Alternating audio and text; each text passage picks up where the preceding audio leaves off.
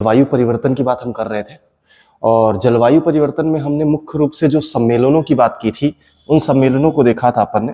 ठीक है, सम्मेलन हुए थे और वो सम्मेलन की अगर हम बात करें और उनमें जो हमारी मुख्य रूप से कॉन्फ्रेंस ऑफ पार्टीज है, ठीक, तो हमने COP29 तक की कहानी देख ली थी, जो कि कहां पर हुआ था, बाकू में हुआ था, अजरबैजान में। ठीक है, अजरबैजान में हुआ था। मुख्य रूप से यहां पर अभी तक हमने बात की किसकी, जलवायु परिवर्तन की। आज हम चर्चा करने वाले हैं किसकी, ओजोन क्षरण की।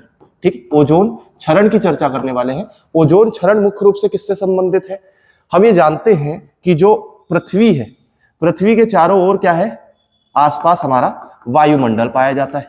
ठीक, और ये वायुमंडल जो है वो मुख्य रूप से 5 परतों में बटा हुआ है, 5 भागों में बटा हुआ है, जिसमें आपका आता है क्या, क्षोभ मंडल, समताप मंडल, मध्य मंडल, आयन मंडल और बहिर्मंडल के रूप में देखा जाता है। ठीक, अब उसी में अगर अपन बात करें तो अगर यहां पर देखें, ठीक, तो मुख्य रूप से लगभग 22 से 23 किलोमीटर, या फिर अगर ऑल ओवर देखा जाए तो 15 किलोमीटर से लेकर 30 किलोमीटर तक के बीच में एक प्रकार की गैस पाई जाती है। ठीक, एक प्रकार की गैस पाई जाती है जो मुख्य रूप से सूर्य से निकलने वाली जो हानिकारक यूवी किरणें हैं, उनसे पृथ्वी में रहने वाले जीवों की क्या करती है, सुरक्षा प्रदान करती है। ठीक है, ये 15 से 30 किलोमीटर के बीच में पाई जाती है। और अगर हम ये देखें कि ये मुख्य रूप से किस परत में है, तो ये किस में होती है, समताप मंडल में होती है। ठीक, समताप मंडल में होती है। इसे मुख्य रूप से ओजोन बोला जाता है और इसका फार्मूला होता है क्या, O3। ठीक है, अब हम ये देखते हैं कि जो सूर्य से किरणें निकलती हैं, उन किरणों को क्या बोला जाता है, उनमें किस प्रकार की, एक प्रकार की तरंग दैर्घ्य वाली किरणें पाई जाती हैं, जिन्हें यूवी किरणें बोला जाता है या अल्ट्रावायलेट किरणें बोला जाता है। अब ये जो अल्ट्रावायलेट किरणें हैं या पराबैंगनी किरणें हैं, ठीक, मुख्य रूप से अगर अपन यहां पर देखें तो ये 3 प्रकार की हैं और इन्हें नाम दिया गया है क्या, UVA, B और C। ठीक है, मुख्य रूप से अपन ये देखें तो हमारे शरीर में विटामिन बनने के लिए यूवी किरणों की आवश्यकता पड़ती है। अब वो जो यूवी किरणें हैं वो मुख्य रूप से 3 टाइप में जो बटी हुई हैं, अगर उसमें बात करें तो यहां पर 3 टाइप कौन कौन से हैं, A, B और C। जब पृथ्वी की जो पृथ्वी पर जो सूर्य की किरणें पड़ती हैं, उनके साथ जो ये यूवी रेज आती हैं, उसमें से जो हमारे वायुमंडल को क्रॉस कर कर पृथ्वी तक पहुंचती है, वो हमारी कौन सी किरणें होती हैं, UVA टाइप की होती है। बी की भी कुछ हद तक पहुंचती है, जो कि एक निश्चित मात्रा है, जिससे ज्यादा हो जाने पर हमें समस्याएं होंगी। और जो सी है वो पूर्ण रूप से क्या हो जाती है, यहां पर अवशोषित हो जाती है। किनके द्वारा, इस परत के द्वारा। और ये परत हमारी क्या कहलाती है, O3 कहलाती है, जिसे अपन क्या बोलते हैं, ओजोन बोलते हैं। ठीक, अब ये जो ओजोन मुख्य रूप से अपन देखते हैं आज के समय पर जैसे जैसे क्या हो रहा है, प्रदूषण बढ़ रहा है, या ऐसे मुख्य रूप से पदार्थ वायुमंडल में आ रहे हैं जो पदार्थ क्या करते हैं, ओजोन का क्षरण कर रहे हैं या ओजोन की गैस को धीरे धीरे उस परत को समाप्त कर रहे हैं। ठीक, तो उसी प्रक्रिया को हम क्या बोल देते हैं, ओजोन क्षरण बोल देते हैं, जिसकी वजह से हो ये रहा है कि धीरे धीरे जो किरणें यहां पर नहीं पहुंचनी चाहिए पृथ्वी तक, वो भी अब पहुंच रही हैं और उसकी वजह से कई सारी समस्याएं आ रही। जो UVA टाइप की क्या होती है, हमारी किरण होती है, वो मुख्य रूप से आपके विटामिन डी वगैरह बनाने के लिए बहुत ज्यादा आवश्यक होती है। UVA जो है विटामिन डी अपन बनाते तो किससे बनती है, UVA। UVB और UVC क्या है, हानिकारक किरणें। ठीक है, और अगर ये पृथ्वी तक पहुंचती हैं तो ऐसे में कैंसर की समस्या है, और अगर हम यहां बात करें त्वचा की समस्याएं या त्वचा जलन की समस्याएं बढ़ जाएंगी। और अगर UVC पूरी तरीके से पृथ्वी तक पहुंच गई तो हो सकता है कि स्किन पूरी तरीके से भी जल सकती है। ठीक है, तो ऐसे में जो सबसे बड़ी दिक्कत यह है कि अगर ओजोन क्षरण हुआ, क्यों ओजोन क्षरण की हम बात करते हैं, क्यों इस पर बात करना जरूरी है, क्योंकि वो हमें क्या दे रही है, एक प्रकार का एक रक्षा कवच के रूप में काम कर रही है। इसीलिए कई बार इसे क्या बोला जाता है, रक्षा कवच भी बोला जाता है और पृथ्वी का छाता भी बोला जाता है। किसको, ओजोन को। ऐसे में इस ओजोन का बने रहना बहुत ज्यादा आवश्यक है। ठीक है, उसी के लिए मुख्य रूप से अपन ये देखते हैं कि ये जो ओजोन की सबसे पहले बात आई, तो वो आई कहां से। ठीक है, तो 1840 में पहली बार ओजोन को लेकर बात की गई। 1900 के आसपास हम देखते हैं कि समताप मंडल की खोज की गई कि हाँ भैया, जो हमारा वायुमंडल है उसमें भी क्या है, विभिन्न परतें हैं, जहां पर क्या है, समताप मंडल का मतलब यहां पर मुख्य रूप से कि एक ऐसी ऊंचाई, ठीक है, एक ऐसी ऊंचाई पर जाने पर मतलब अगर बात करें तो लगभग एवरेजली देखें तो कहां तक, ये अपन देखते हैं 10 से 50 किलोमीटर के आसपास जाने पर मुख्य रूप से जो तापमान होता है वो समान हो जाता है। तो इस वाले भाग को, वायुमंडल को क्या बोल दिया गया, समताप मंडल। और इसी में हमारी 15 से 30 किलोमीटर के बीच में लगभग लगभग क्या पाई जाती है, ओजोन परत पाई जाती है, जो क्या करती है, मुख्य रूप से पृथ्वी में हानिकारक यूवी किरणों को आने से रोकती है। ठीक है, तो इसलिए पर्टिकुलरली हम देखते हैं कि 1900 में समताप मंडल की बात की गई, बाद में धीरे धीरे 1940 और 50 के आसपास पता चला कि क्या हो रहा है, मुख्य रूप से हमारे द्वारा जिस प्रकार की मशीनों का उपयोग किया जा रहा है या उनके द्वारा जो उत्सर्जित क्या है पदार्थ हैं, जो उत्सर्जित पदार्थ हैं, ठीक है, जैसे क्लोरोफ्लोरोकार्बन्स, ठीक है, फिर उसके अलावा हाइड्रोक्लोरोफ्लोरोकार्बन्स, ये क्या कर रहे हैं, धीरे धीरे ओजोन परत को समाप्त कर रहे हैं। ओजोन में परत है क्या, तो मुख्य रूप से ये गैसों का समूह है, और कौन सी गैसों का समूह है, गैस का समूह है मुख्य रूप से O3 का।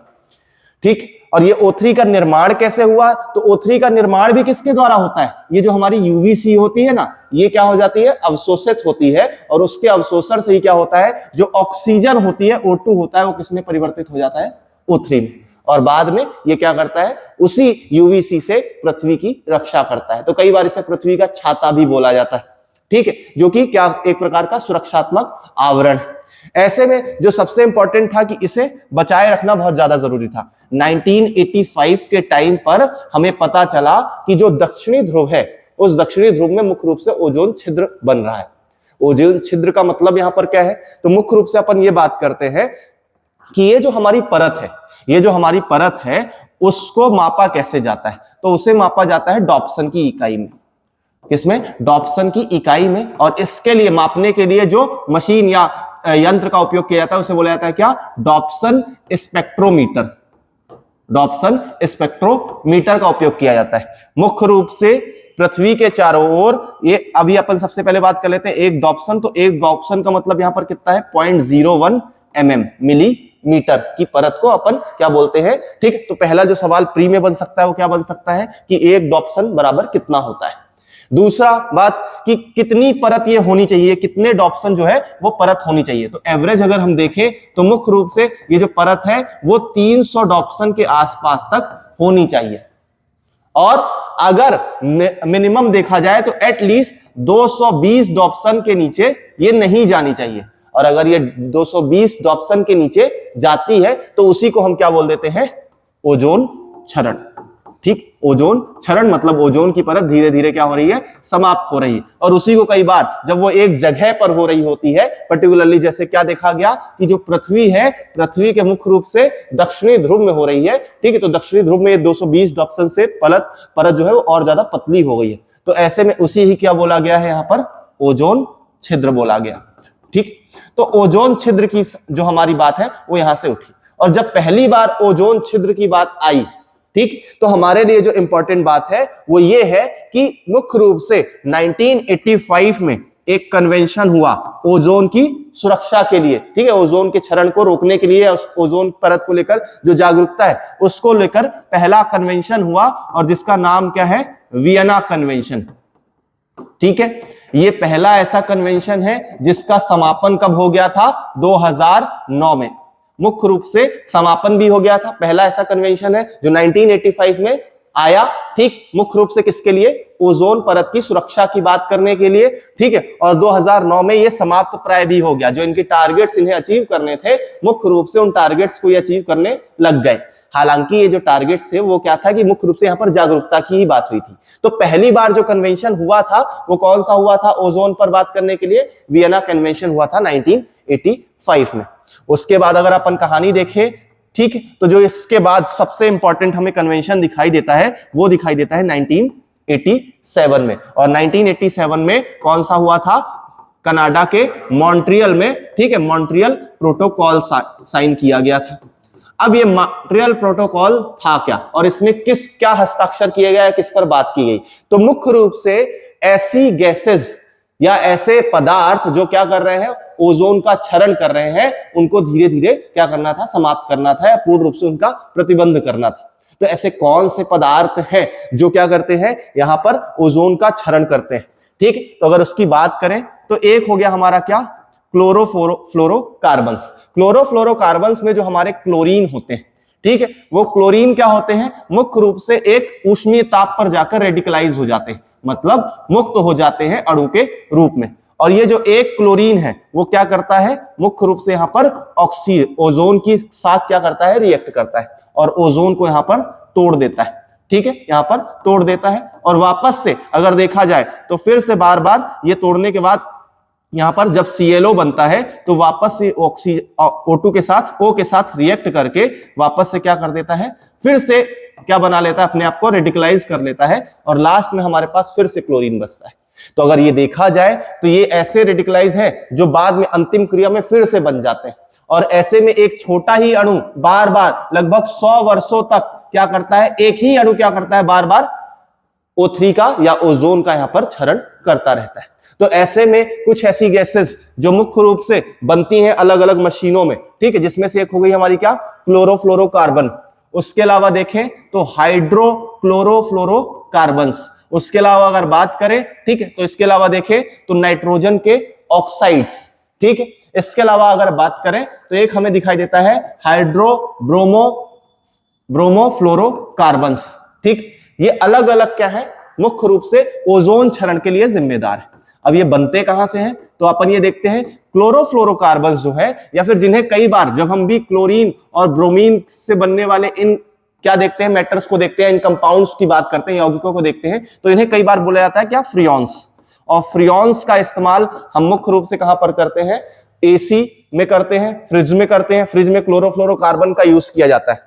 तो धीरे धीरे क्या हुआ, अब अगर इतिहास देखा जाए तो जब हमारे यहाँ एसी और फ्रिज का इस्तेमाल शुरू हुआ तो सबसे पहले किसका यूज किया जाता था, अमोनिया का यूज किया जाता था। अमोनिया के बाद मुख्य रूप से जब देखा गया कि ये बहुत ज्यादा हानिकारक है तो ऐसे में धीरे धीरे क्लोरोफ्लोरोकार्बन्स का यूज होने लग गया और क्लोरोफ्लोरोकार्बन्स के अलावा बाद में आगे चलकर हाइड्रोक्लोरोफ्लोरोकार्बन्स का यूज होने लग गया। ठीक है, क्लोरोफ्लोरोकार्बन्स और हाइड्रोक्लोरोफ्लोरोकार्बन्स का यूज होने लगा जब बाद में यह पता चला कि इनकी वजह से क्या हो रहा है, ओजोन का क्षरण हो रहा है। ठीक है, जब ये पता चला कि इनकी वजह से ओजोन का क्षरण हो रहा है, डिप्लीशन हो रहा है, तो बाद में इन्हें बंद किया गया और इसकी जगह एक नई गैस का यूज किया जाने लग गया और इसे बोला गया क्या, हाइड्रोफ्लोरोकार्बन्स। ठीक है, हाइड्रोफ्लोरोकार्बन्स आई। अब ये जो थी ये ओजोन का क्षरण नहीं कर रही थी। ठीक है, मुख्य रूप से हाइड्रोफ्लोरोकार्बन्स ओजोन का क्षरण नहीं कर रही थी, लेकिन ये किसके लिए जिम्मेदार थी, तो हमने मुख्य रूप से जब जलवायु परिवर्तन की बात की थी तो हमने इस गैस पर बैन लगाया था, क्योंकि ये क्या करती है, जलवायु परिवर्तन या मुख्य रूप से किसके लिए जिम्मेदार है, यहां पर वैश्विक तापन या ग्लोबल वार्मिंग के लिए जिम्मेदार है। ठीक है, वैश्विक तापन या ग्लोबल वार्मिंग के लिए जिम्मेदार है, तो इस पर भी लगाया गया क्या, बैन। और आज के समय पर जो मुख्य रूप से गैस यूज होना शुरू हुई है उसे बोला जाता है क्या, हाइड्रोफ्लोरोओलाफिन। ठीक है, हाइड्रोफ्लोरोओलाफिन ना ही ये ओजोन का क्षरण करती है ना ही ग्लोबल वार्मिंग करती है। ठीक है, तो मुख्य रूप से जो एक प्रक्रिया हम देखते हैं कि मशीनों में या फ्रिज या एसी में जो यूज हुए धीरे धीरे पदार्थ, उनमें अगर देखें तो सबसे पहले अमोनिया का यूज किया गया, फिर क्लोरोफ्लोरोकार्बन्स और हाइड्रोक्लोरोकार्बन्स का यूज किया गया। जब ये पता चला कि ये क्या कर रहे हैं, ओजोन डिप्लीशन कर रहे हैं, ओजोन का क्षरण कर रहे हैं, तो धीरे धीरे क्या होने लग गया, इसका इस्तेमाल कम हो गया और फिर हम आ गए किसमें, हाइड्रोफ्लोरोकार्बन्स में। और हाइड्रोफ्लोरोकार्बन्स में मेनली ये देखा गया कि ये किसी प्रकार से ओजोन का क्षरण तो नहीं करता है, लेकिन इसकी वजह से क्या हो रहा है, ग्लोबल वार्मिंग हो रही है, वैश्विक तापन बढ़ रहा है। तो ऐसे में धीरे धीरे हम आगे बढ़ गए और इसे भी बैन करने लग गए, इसकी भी समाप्त करने लग गए और हम अब किसकी ओर बढ़ रहे हैं, हाइड्रोफ्लोरोओलाफिन। ठीक है, तो धीरे धीरे जो हमारी संरचना है उसमें बदलाव हो रहा है, क्योंकि जिस प्रकार की हमने मशीनें बनाई हैं उस पर हम डिपेंडेंट हो चुके हैं। ठीक है, अब जब यहां पर बात आई, ठीक है, तो यहां पर एक जो बात आती है वो क्या आती है कि आपने ये देखा कि हाइड्रोफ्लोरोकार्बन्स किसी प्रकार से क्या, ओजोन डिप्लीशन नहीं करता है। आपको ये बात याद होनी चाहिए कि जो क्लोरीन है और मुख्य रूप से क्या है, आपके ब्रोमीन्स हैं, क्लोरीन और ब्रोमीन्स, ये किसके लिए जिम्मेदार है, ओजोन क्षरण के लिए जिम्मेदार है। ठीक है, फ्लोरीन कहीं से भी जिम्मेदार नहीं है, किसके लिए, ओजोन डिप्लीशन के लिए। ठीक है, फ्लोरीन जो है वो किसके लिए, वैश्विक तापन या ग्लोबल वार्मिंग के लिए तो जिम्मेदार है, लेकिन ओजोन क्षरण के लिए जिम्मेदार नहीं होता है। इसलिए ऐसे ग्रुप्स जिसमें क्लोरीन और ब्रोमीन पाए जा रहे हैं, या फिर एक तीसरा अपन देखते हैं क्या, नाइट्रोजन का ऑक्साइड, अगर ये पाए जा रहे हैं तो ये किसके लिए जिम्मेदार है, ओजोन क्षरण के लिए जिम्मेदार है। जबकि आपका जो फ्लोरीन है वो कहीं से भी ओजोन क्षरण के लिए जिम्मेदार नहीं होता है। ठीक है, हमने 6 गैसेस पर बैन लगाया था, ठीक है। वो 6 गैसेस की हम अगर बात करें मुख्य रूप से जो वैश्विक तापन के लिए जिम्मेदार हैं, तो उसमें कौन कौन सी देखी थी? एक कार्बन डाइऑक्साइड देखी थी, दूसरी हमने देखी थी कौन सी? मीथेन देखी थी, फिर तीसरी अपन ने देखी थी क्या? नाइट्रस ऑक्साइड NO2 या फिर NOx, मुख्य रूप से नाइट्रोजन के ऑक्साइड्स देखे थे, ठीक है। उसके अलावा देखें तो हमने कौन सी गैसेस देखी थी? हाइड्रोफ्लोरोकार्बन देखा था, ठीक है, कार्बन्स देखे थे, फिर परफ्लोरोकार्बन्स देखे थे, ठीक है। और उसके अलावा हमने जो छठी गैस देखी थी वो कौन सी देखी थी? SF6 देखी थी, ठीक है। बाद में जब धीरे धीरे ये पता चला कि एक और गैस जिम्मेदार है, ठीक है, तो उसको हमने फिर से आगे चलकर दोहा में बैन लगा दिया 2012 में, और ये हो गई आपकी क्या? NF3। तो ये किसके लिए जिम्मेदार है? मुख्य रूप से ग्लोबल वार्मिंग के लिए जिम्मेदार है। जबकि, ठीक है, तो ये सब पहला सवाल यहीं पर आता है, मुख्य रूप से ये पूछा जा सकता है कि इनमें से कौन कौन सी ऐसी गैसेस हैं जो किसके लिए जिम्मेदार है? ग्लोबल वार्मिंग के लिए जिम्मेदार है, और ऐसी कौन सी गैसेस हैं जो मुख्य रूप से ओजोन डिप्लीशन के लिए जिम्मेदार है। तो ओजोन डिप्लीशन की बात करें तो कौन कौन सी? आपके नाइट्रोजन के ऑक्साइड्स हो गए, उसके अलावा क्लोरीन के जो कंपाउंड्स हो गए, यौगिक हो गए, ब्रोमीन के क्या हो गए? मुख्य रूप से जो यौगिक हो गए, वो किसके लिए जिम्मेदार है? यहां पर ओजोन डिप्लीशन के लिए। कार्बन डाइऑक्साइड कहीं से भी किसके लिए जिम्मेदार नहीं है? ओजोन डिप्लीशन या ओजोन क्षरण के लिए जिम्मेदार नहीं है। तो इस बात को हमें याद रखना, ये बहुत ज्यादा इंपॉर्टेंट है, क्योंकि जो पहला सवाल है वो यहीं से बनेगा, ठीक है। ये हो गए आपके क्या? ओजोन के लिए, और ये हो गए आपके किसके लिए? ग्लोबल वार्मिंग के लिए, ठीक है। तो इसलिए क्या किया गया? अलग अलग समझौतों के माध्यम से यहां पर क्या किए गए? अलग अलग जो हमारे कन्वेंशन हुए उसके माध्यम से मुख्य रूप से क्या लगाए गए? यहां पर इन पर प्रतिबंध लगाएगा, ठीक है। जो सबसे बड़ी बात हमें यहां पर दिखाई देती है वो ये दिखाई देती है कि मुख्य रूप से ओजोन में हमें ज्यादा चीजें नहीं देखना है। एक हमें देखना था क्या? हमने देखा था क्या? 1985 में कौन सा कन्वेंशन हुआ था? वियना कन्वेंशन हुआ था, ठीक, वियना कन्वेंशन हुआ था। उसके बाद अगर अपन देखें, ठीक है, तो 1987 में, ठीक, 1987 में कौन सा? मॉन्ट्रियल प्रोटोकॉल साइन हुआ था, ठीक है। तो यहां पर सवाल सीधा सीधा आपका किससे बनेगा? मॉन्ट्रियल प्रोटोकॉल से बनेगा कि मॉन्ट्रियल प्रोटोकॉल किससे संबंधित है। जैसे क्योटो प्रोटोकॉल किससे संबंधित है? ग्लोबल वार्मिंग या जलवायु परिवर्तन से संबंधित है। ऐसे ही जो आपका मॉन्ट्रियल प्रोटोकॉल है, हालांकि देखो क्योटो प्रोटोकॉल को भी हमने क्या देखा था कि क्योटो प्रोटोकॉल भी कहां साइन हुआ था? 2005 में साइन हुआ था, मुख्य रूप से कहां पर? ठीक है, मॉन्ट्रियल में ही, मॉन्ट्रियल कनाडा में। लेकिन वो 2005 वाला है जिसमें जलवायु परिवर्तन। हमने यहां पर किसकी बात करें? 1987 की। 1987 में कब हुआ था? तो 16 सितंबर को हुआ था। अब 16 सितंबर की डेट तो हमें याद रखनी है, क्योंकि इसी दिन क्या मनाया जाता है? ओजोन दिवस मनाया जाता है, ठीक है, ओजोन डे मनाया जाता है। तो 16 सितंबर 1987 को मॉन्ट्रियल प्रोटोकॉल साइन किया गया था, और ये प्रभावित कब हुआ था? 1989 से, ठीक है। प्रभाव में कब आया? 1989 से। उसको लेकर अगर हम बात करें तो यहां पर मुख्य रूप से क्लोरोफ्लोरोकार्बन्स को प्रतिबंधित करने की बात की गई थी, ठीक है। हाइड्रोफ्लोरोकार्बन्स का प्रतिबंधन किससे संबंधित है? जलवायु परिवर्तन से संबंधित है। तो यहां पर सिर्फ क्लोरोफ्लोरोकार्बन्स की बात की जा रही है, या हाइड्रोब्रोमोफ्लोरोकार्बन्स की बात की जा रही है। ब्रोमीन और क्लोरीन पर प्रतिबंध लगाएंगे। अब इसके बाद अपन ये देखते हैं धीरे धीरे क्या हुआ है, एक और गैस पर प्रतिबंध लगाया गया कि पूर्ण रूप से उसे खत्म करना है, ठीक है। और 2000 अपन किस में आ जाते हैं? सीधे 16 में आ जाते हैं। और 2016 में मुख्य रूप से एक समझौता हुआ था, ठीक है, रवांडा के किगाली में, जिसे ओजोन क्षरण से संबंधित माना जाता है। और ये किगाली समझौता हुआ था, ठीक है, किगाली समझौता हुआ था। कब हुआ? 2016 में। ये किगाली आता क्या है? तो ये आता है आपका रवांडा में, ठीक है। तो रवांडा के किगाली में क्या किया गया था? ओजोन क्षरण को लेकर आगे और प्रतिबंध लगाए गए थे। हमारे लिए इंपॉर्टेंट अभी सिर्फ ओजोन क्षरण या ओजोन में बात करें तो प्री से जो सवाल सीधे सीधे बनते हैं वो ये बनते हैं कि ये मुख्य रूप से जो अलग अलग हम क्या देख रहे हैं? समझौते देख रहे हैं, वो किससे संबंधित है, ठीक है। हम 3 समझौते मुख्य रूप से हमें याद रखना है जो कि किससे संबंधित है? आपके ओजोन क्षरण से संबंधित है, ठीक है, ओजोन क्षरण से संबंधित है। यहां पर जो हमने देखे हैं उसमें से ये बहुत ज्यादा इंपॉर्टेंट है, क्योंकि यही सवाल बनेंगे। इससे ज्यादा जो है पर्टिकुलरली अभी अगर पीएससी या स्टेट पीसीएस की बात करें तो इस लेवल पर कोई सवाल नहीं बनते हैं। तो ओजोन क्षरण से संबंधित जो है 1985 का कौन सा? वियना कन्वेंशन, जो कि 2009 में समाप्त हो गया, ठीक है, इसका समापन हो गया। फिर अपन देखते हैं क्या 1987 में कौन सा, मॉन्ट्रियल प्रोटोकॉल, ठीक है, जो कि 16 सितंबर 1987 को हुआ था और इस प्रभाव में कब आया था, 1989 में, जब सभी लोगों ने हस्ताक्षर कर दिए थे। और 2016 में किगाली समझौता हुआ था, ठीक है, किगाली, रवांडा के किगाली में मुख्य रूप से। तो ये हमें ओजोन क्षरण से संबंधित जो है मुख्य रूप से यहां पर इन्हें याद रखना है, ठीक है। उसके अलावा अपन ने देखा कि ओजोन को मापने की इकाई क्या है, मुख्य रूप से किसमें मापा जाता है, तो डॉप्सन में मापा जाता है, ठीक है, डॉप्सन में मापा जाता है। और एक डॉप्सन बराबर कितना होता है, 0.0 mm, ठीक है। तो डॉप्सन, मुख्य रूप से डॉप्सन स्पेक्ट्रोमीटर का यहाँ पर यूज किया जाता है, ठीक है, ये हमें यहाँ पर याद रखना है। अन्य स्पेक्ट्रोमीटर भी यूज किए जाते हैं, ठीक, तो उसमें से एक जो है वो हमारा कौन सा है, डॉप्सन स्पेक्ट्रोमीटर, ठीक। इतनी कहानी हमारी ओजोन क्षरण की, ठीक है। तो ओजोन और जलवायु परिवर्तन में हमने लगभग जो चीजें हैं उस पर बात कर ली, ठीक है। दूसरा अपन ने इसमें और क्या देखा था, तो एक चीज और देखी थी क्या, नाइट्रस ऑक्साइड या नाइट्रस ऑक्साइड के रेडिकल, उसके अलावा क्लोरीन्स के रेडिकल और ब्रोमीन के रेडिकल जो मुक्त मूलक होते हैं। मुक्त मूलक मतलब जब ये अलग से, मतलब सिर्फ ब्रोमीन होता है, किसी के साथ रिएक्शन नहीं करता, ये अलग से होता है रेडिकल रूप में, और ये क्या करता है, किसी के साथ जुड़ जाता है, ठीक है। तो यहाँ पर ब्रोमीन, क्लोरीन और नाइट्रस ऑक्साइड जो है वो मुख्य रूप से जिम्मेदार है किसके लिए, ओजोन क्षरण के लिए, क्योंकि ये ओजोन परत में O3 के साथ रिएक्ट करते हैं और ऑक्सीजन बनाते हैं और फिर वापस से फ्री हो जाते हैं, फ्री रेडिकल। तो बार बार ये क्षरण करते हैं और ये लगभग 100 सालों तक टिके रहते हैं। जब तक टिके रहते हैं, जब तक ये वायु के साथ या तो ये यूवी के द्वारा समाप्त कर दिए जाएंगे ऊष्मा में, ठीक है, या तो ये क्या हो जाएंगे, एसिड रेन के माध्यम से, ठीक है, पृथ्वी पर वापस से बरस जाएंगे। अगर जब तक नहीं होते तब तक ये क्या करते हैं, ओजोन का क्षरण करते रहते हैं।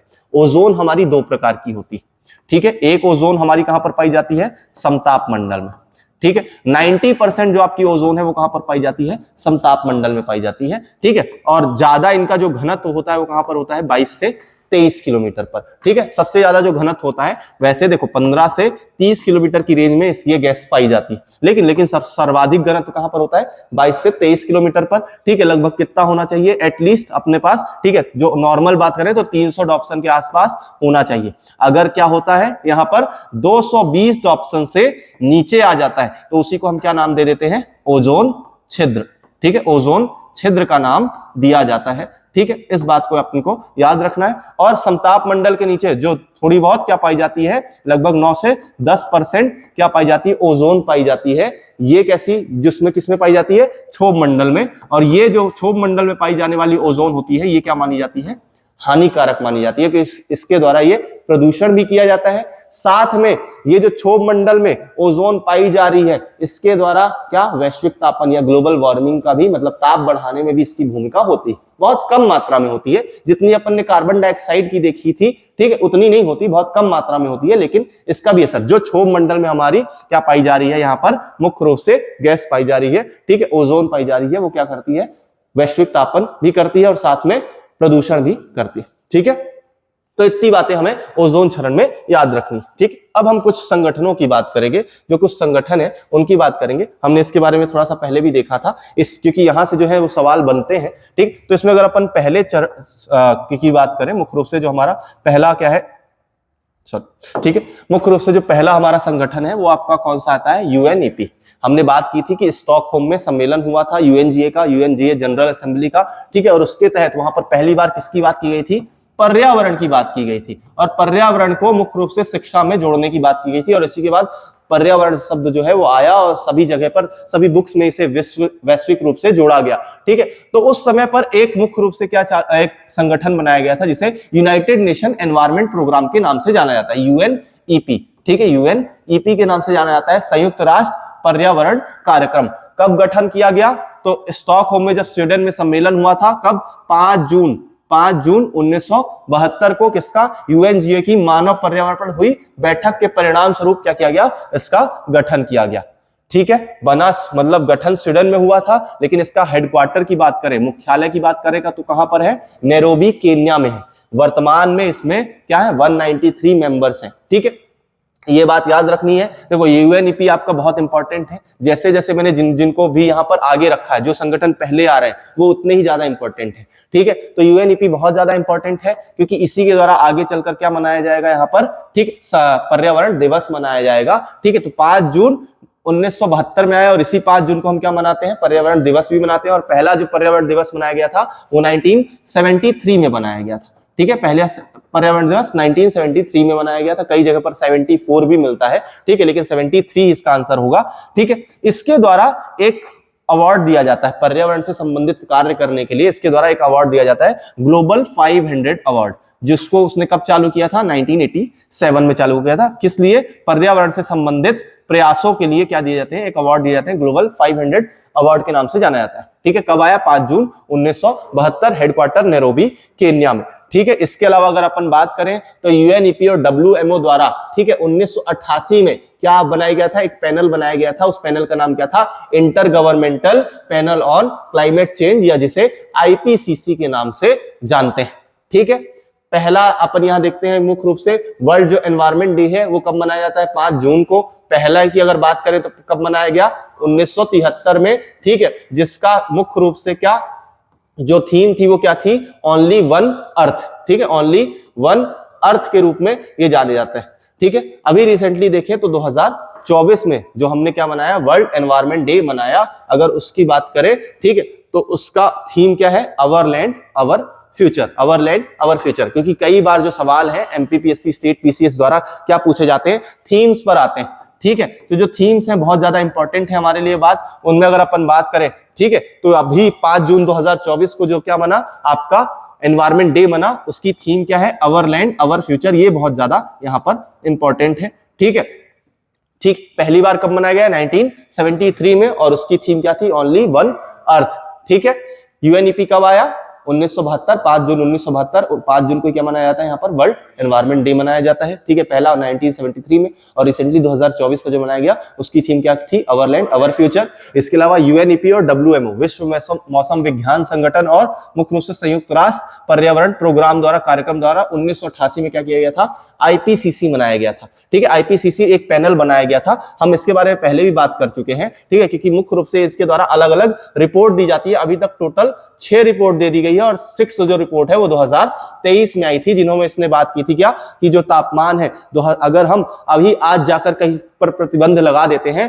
तब जाकर ऐसा होगा कि 2060 तक क्या हो जाएगा, 1.5 डिग्री सेल्सियस तक ही टेम्परेचर बढ़ेगा। ठीक है, नेक्स्ट अपन अगर बात करें तो मुख्य रूप से जो हमारी नेक्स्ट संस्था है वो है आपकी IUCN। इसको लेकर भी हम बात कर चुके हैं। ये सबसे बड़ा वैश्विक पर्यावरण नेटवर्क है, ये यूएन से जुड़ा हुआ नहीं है। ठीक है, तो मुख्य रूप से क्या है, इसका फुल फॉर्म देखें तो क्या है, international union for conservation of nature. ठीक है, international union for conservation nature. ठीक है, कब गठन हुआ था, 1948 में। इसका मुख्यालय कहां पर है, ग्लांड, स्विट्जरलैंड में है। ये वर्ल्ड कंजर्वेशन यूनियन के नाम से भी जाना जाता है, वर्ल्ड कंजर्वेशन यूनियन के नाम से भी जाना जाता है। और हमने IUCN से संबंधित एक बात पढ़ी थी, वो क्या पढ़ी थी, कि ये रेड डाटा बुक को निकालता है। ठीक है, रेड डाटा बुक, जिसमें अपन ने क्या देखा था, संकटग्रस्त प्रजाति, अति संकटग्रस्त प्रजाति, जो एक्सटिंक्ट हो गई हैं, विलुप्त हो गई हैं प्रजातियां। ठीक है, तो उनकी हमने यहाँ पर चर्चा की थी। तो IUCN कब आया, 1948 में, और मुख्यालय कहां पर है, ग्लांड और स्विट्जरलैंड में। सबसे बड़ा क्या है, पर्यावरण का नेटवर्क है। ठीक है, आगे बात करें तो जो तीसरी संस्था है वो क्या है आपकी, WWF, world wild life fund for nature. ठीक है, world wild life fund for nature. एक हमने देखा था GCF, ठीक है, ग्लोबल क्लाइमेट फंड, कब आया था, 2010 में।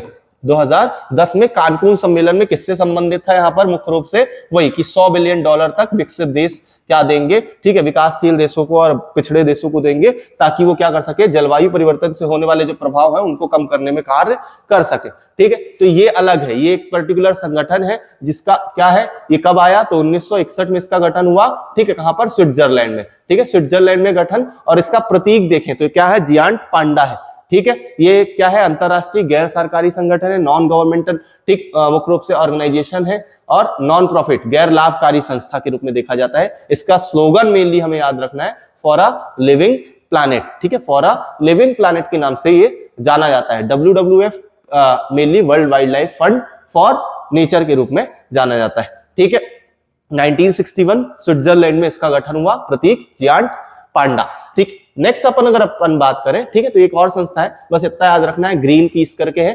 ठीक है, और ग्रीन पीस का काम 1971 में आया, कनाडा में बनी थी, लेकिन इसका जो हेडक्वार्टर है वो कहां पर है, नीदरलैंड में। ठीक है, ये बहुत छोटी सी बात है, इसमें अगर लगभग याद रहे तो ग्रीन पीस मेनली, ये हम कौन सी संस्थाएं देख रहे हैं, जो पर्यावरण से संबंधित मुख्य रूप से संस्थाएं हैं। ठीक है, उसके अलावा अपन ने एक चीज देखी थी क्या, यूएनएफसीसी अपन ने देखा था 1992 में क्या हुआ था, सम्मेलन हुआ था, ठीक है 1992 जिसे अपन ने पृथ्वी सम्मेलन बोला था, या रियो डी जेनेरियो में जो सम्मेलन हुआ था, ठीक है उसकी हमने बात की थी, और यहाँ पर यूएनएफसीसी को बनाया गया था। यूएनएफसीसी का उद्देश्य क्या था, तो मुख्य रूप से हर साल उसे क्या करना था, यहाँ पर जलवायु परिवर्तन को लेकर सम्मेलन कराने थे, सभी देशों के जो पार्टीज हैं उनको यहाँ पर बुलाना था, ठीक है। तो इसका यूएनएफसीसी का हमने फुल फॉर्म की बात की थी, तो क्या है, United nation framework convention on climate change, ठीक है, ऑन क्लाइमेट चेंज, जो 1992 में क्या आया, लेकिन मुख्य रूप से जब सभी लोगों ने इस सम्मेलन में जो भी हस्ताक्षर करता थे, जब उन्होंने साइन किया, उसके बाद ये 21 मार्च 1994 को क्या हुआ, 1994 को, ठीक है, मुख्य रूप से फोर्स में आया या प्रभावित हुआ, ठीक है। तो प्रभाव में 1994 में हुआ, और उसी के बाद हमने देखा 1995 में, ठीक है, पहला क्या हुआ था, यहां पर COP1 हुआ था, सम्मेलन हुआ था, कहां पर, जर्मनी के बर्लिन में, ठीक है, जर्मनी के बर्लिन में मुख्य रूप से सम्मेलन हुआ था, ठीक है। इसकी अगर सचिवालय की बात करें तो सचिवालय कहां पर है, बॉन में है, ठीक है, बॉन जर्मनी में है, ठीक है। और अपन ये देखते हैं कि COP3 हुआ था कब, 1997 में, जिसे अपन क्या देखते हैं, क्योटो प्रोटोकॉल के नाम से जाने जाते हैं, जो प्रभावित कब हुआ, 2005 में कनाडा के मॉन्ट्रियल से। उसके अलावा अपन ये देखते हैं कि एक समझौता भी हुआ, कौन सा, पेरिस समझौता 2015 में, ठीक है, पेरिस समझौता 2015 में, और इसी को लेकर सभी जो देश है वो काम कर रहे हैं। क्योटो प्रोटोकॉल और पेरिस समझौता में अंतर क्या है, ठीक है, तो क्योटो प्रोटोकॉल जो है उसमें किसको रिस्पॉन्सिबिलिटी दी गई थी, विकसित देशों को, ठीक है, विकसित देशों को ग्लोबल वार्मिंग के लिए जो जिम्मेदार है गैसेस हैं उनको कम करने की बात की गई थी, जबकि पेरिस एग्रीमेंट क्या है, सभी देशों को जिम्मेदारी दी गई, ठीक है, सभी देशों को जिम्मेदारी की गई है, और मुख्य रूप से उसमें भारत भी शामिल है। इसमें विकसित देशों को जिम्मेदारी थी कि उन्हें क्या करना है,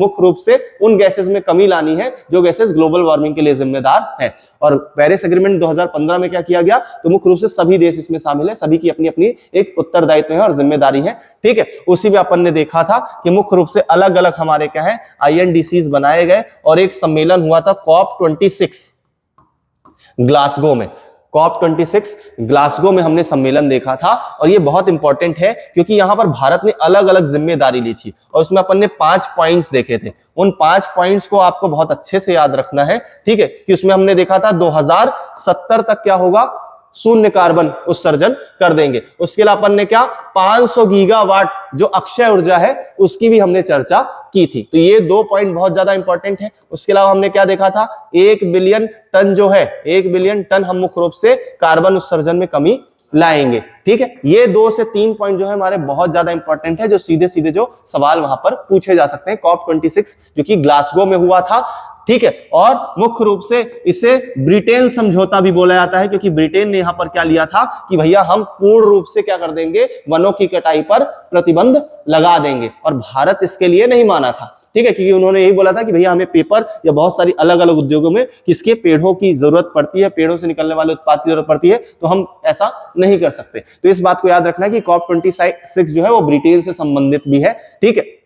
तो इतनी बात हमें यहां पर देखनी है। उसके अलावा आपने देखा था क्या, मुख्य रूप से आईपीसीसी किसके द्वारा बनाया गया, UNEP और WMO द्वारा, inter governmental panel on climate change. अभी करंट में देखें तो कितने मेंबर्स हैं इसके, 195 मेंबर्स हैं। टोटल 6 रिपोर्ट आ चुकी हैं। जो लास्ट रिपोर्ट है वो कब आई, 2022-23 में, ठीक है, 2022-23 में। अभी सिंथेसिस रिपोर्ट आई थी मुख्य रूप से यहाँ पर 2023 में, ठीक है। तो लास्ट रिपोर्ट, उसके पहले 2014 में रिपोर्ट आई थी, उसके पहले अपन देखें 1995 के टाइम पर भी रिपोर्ट आई, जिसके बाद क्योटो प्रोटोकॉल वगैरह हुए, ठीक है, जहां पर उन्होंने अलग अलग दिया कि भैया 4 से 5 डिग्री सेल्सियस तक भी टेम्परेचर बढ़ सकता है। तो लास्ट रिपोर्ट 2023 में, ये टोटल 6 रिपोर्ट आईपीसीसी निकाल चुका है। ये एकमात्र ऐसी संस्था है जो जलवायु परिवर्तन को लेकर, ठीक है, जलवायु परिवर्तन को लेकर वैश्विक रूप से देख रहे हैं, जलवायु परिवर्तन को लेकर क्या करता है, रिपोर्ट देता है, ठीक है। एकमात्र संस्था के रूप में देखा जाता है, कोई अन्य संस्था नहीं है, ठीक है। आईपीसीसी के नाम से जानी जाती है, ठीक है। 1988 में आई थी, इस बात को थोड़ा सा याद रखना है, ठीक है, 1988 में आई थी। उसके अलावा एक आध और संस्थाएं हैं, जिसमें से अपन कौन सी देखते हैं, ट्रैफिक देखते हैं। ट्रैफिक जिस क्या नाम है, the wildlife trade monitoring network, ठीक है। ट्रैफिक की अगर फुल फॉर्म की बात करें तो यहां पर मुख्य रूप से क्या है, trade records analysis of flora and fauna, ठीक है, flora and fauna in commerce. मुख्य रूप से इसका उद्देश्य क्या है कि जो अलग अलग जीव हैं, ठीक है, जैव विविधता पर, ये मुख्य रूप से जैव विविधता से जुड़ा हुआ है, ठीक है। तो यहाँ पर जो क्या है, यहाँ आपके प्लांट्स हैं और जो एनिमल्स हैं उनका क्या किया जाता है, मुख्य रूप से जो व्यापार या वाणिज्यिकरण किया जाता है उनको उन पर नजर रखना कि इलीगल जो क्या होते हैं मुख्य रूप से यहाँ पर ट्रेड होते हैं उन्हें रोकने के लिए संस्था बनाई गई, क्या, ट्रैफिक को किसने बनाया था, तो 1976 में WWF world wild life fund for nature और IUCN द्वारा बनाया गया था। ठीक है, और इसका हेडक्वार्टर कहां पर है, कैम्ब्रिज यूके में है। ठीक है, तो ट्रैफिक मुख्य रूप से किससे संबंधित है, यहां पर आपके इलीगल ट्रेडेड से संबंधित है। इलीगल ट्रेड्स को रोकने के लिए किनके इलीगल ट्रेड्स, एनिमल्स और प्लांट्स के। ठीक है, जिसे फ्लोरा और फौना बोला जाता है, उनके ट्रेड्स को रोकने के लिए क्या बनाई गई थी, ट्रैफिक संस्था बनाई गई थी 1976 में, किसके द्वारा, WWF और IUCN द्वारा। ठीक है, इतनी सी बात हमें यहां तक देखनी। दो बातें हमने मुख्य रूप से यहां पर आज की। ठीक है, उन दो बातों में अगर अपन देखें, ठीक है, उन दो बातों में अगर अपन देखें तो हमने एक सबसे पहले देखा क्या, ओजोन क्षरण की बात की। ठीक, एक तो हमने बात की किसकी, ओजोन क्षरण को लेकर। ओजोन क्षरण को लेकर हमने मुख्य रूप से क्या देखे हैं, 3 यहां पर समझौते और 3 कन्वेंशन की बात की है। 1985 कन्वेंशन की बात की है। ठीक है, दूसरा 1985 जो कि वियना कन्वेंशन के नाम से जाना जाता है। ठीक है, जैसे फ्रेमवर्क कन्वेंशन भी कई बार बोला जाता है, वियना कन्वेंशन। ठीक है, किससे संबंधित, ओजोन क्षरण से संबंधित है। ठीक है, वियना। उसके बाद हमने देखा 1987 में कौन सा, मॉन्ट्रियल प्रोटोकॉल। ठीक है, फिर उसके बाद हमने देखा कौन सा, तीसरा यहां पर 2016 में किगाली समझौता। ठीक है, ये 3 पॉइंट बहुत ज्यादा जरूरी है। मुख्य रूप से ओजोन के लिए जिम्मेदार गैसेस कौन सी हैं। ठीक, ओजोन को गैसेस के जिम्मेदार अपन ने कौन सी देखी थी, यहां पर CFCs देखी थी, क्लोरोफ्लोरोकार्बन्स देखी थी, SCFCs हो गई। ठीक है, HBrFC हो गई, FCs हो गई। ठीक है, ब्रोमोफ्लोरोकार्बन्स हो गए। ठीक, उसके अलावा नाइट्रस ऑक्साइड हो गए।